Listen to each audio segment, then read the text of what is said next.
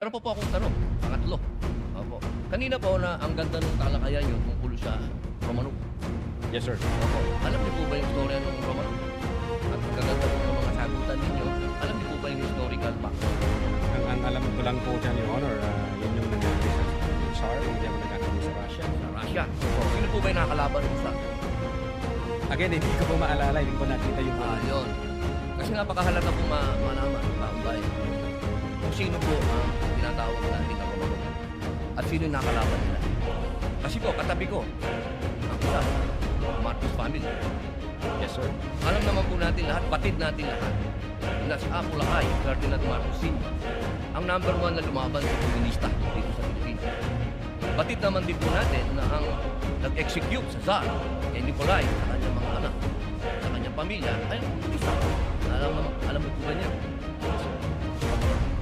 Ngayon, sino po ba ang pangalawang pangulo na lumaban sa komunista? Sino po siya? Ay di si Pangulong Rodrigo Roa Duterte. Hindi ba po dapat isipin natin yung Romanov ay tungkol sa threat na pumapasok sa mga pamilya na mga namumuno dito sa ating bayan na lumalaban sa komunista. Komunista po ako. So wala man po alam. Yes, sir.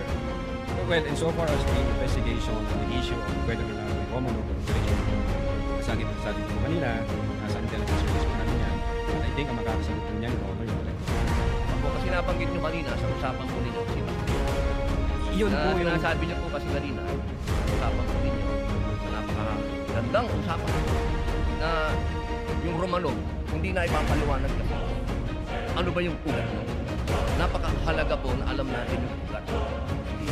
Presidente Marcos Sr. ang lumaban sa komunista kaya nagkaroon ng threat noong 1990. Ngayon, sinasabi ni Baste na nagkakaroon ng threat sa kanila pamilya sapagkat alam naman nating lahat na ang nagpatuloy ng paglaban sa komunista pagkatapos ni Pangulong Rodrigo Roa Duterte ay si Inday Sara Duterte, ang ating Vice President. Sumasang-ayon po ba kayo doon? Ay, bakit po kayo walang personal knowledge? Eh, yun po ang sumunod na assignment ng ating Vice Presidente pagkaupo niya. Siya po ang nag-take over ng NTF-ELCAC. Hindi po alam ng NBI yun. well, nag-intelligence siya. Sino yung factual circumstances po? Factual, Wala pa po ako. wala po kayo.